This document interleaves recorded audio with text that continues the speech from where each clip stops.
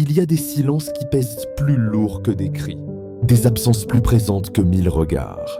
Et parfois, il suffit qu'un être qu'on aime s'en aille pour que tout le reste perde son sens. Perdre quelqu'un, ce n'est pas seulement dire adieu, c'est réapprendre à vivre dans un monde où cette personne ne marche plus à nos côtés. Mais est-ce vraiment une disparition ?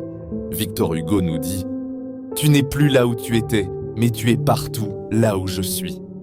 Jean Cocteau répond « Le vrai tombeau des morts, c'est le cœur des vivants ».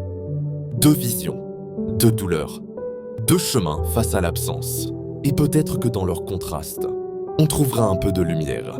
Peut-être que leurs mots toucheront le tien, ce cœur que tu portes, abîmé mais vivant. Et toi, est-ce que tu ressens encore cette absence qui serre la poitrine ?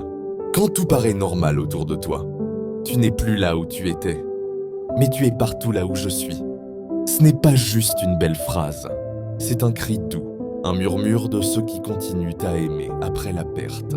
Quand quelqu'un qu'on aime disparaît, le monde ne se vide pas d'un seul coup. Il se remplit autrement. De souvenirs, de silences habités, de gestes qu'on refait sans y penser. On ne voit plus la personne, mais on la sent dans les détails. Dans une chanson, un parfum, une vieille photo. Ce qui était extérieur devient intérieur. Ce qu'on regardait devient ce qu'on porte. Et parfois, dans le simple fait de marcher dans une rue, une émotion surgit venue de nulle part.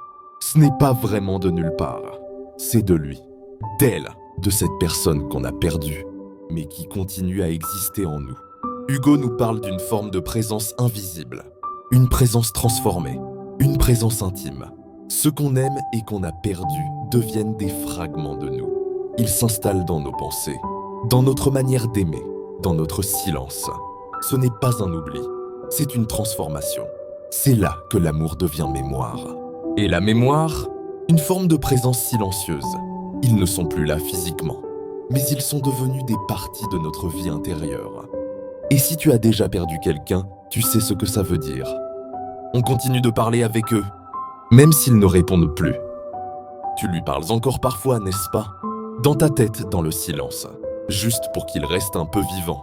Hugo, dans cette phrase, ne cherche pas à effacer la douleur.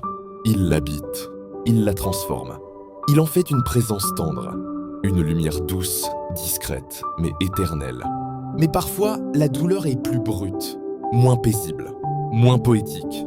Parfois, on refuse l'idée que l'autre est vraiment parti. Et c'est là que Jean Cocteau, le vrai tombeau des morts, c'est le cœur des vivants. Autrement dit, ce n'est pas la terre qui enterre, c'est l'oubli. Tant qu'on se souvient, l'autre continue de vivre. Cette vision est plus brûlante, plus viscérale. Elle ne cherche pas à adoucir l'absence, elle la défie. On ne veut pas que cette personne disparaisse de notre monde. Alors on s'accroche à la mémoire. On garde sa voix, ses habitudes, ses objets. On répète ses mots, on raconte son histoire. On cuisine ses plats, on refait ses gestes.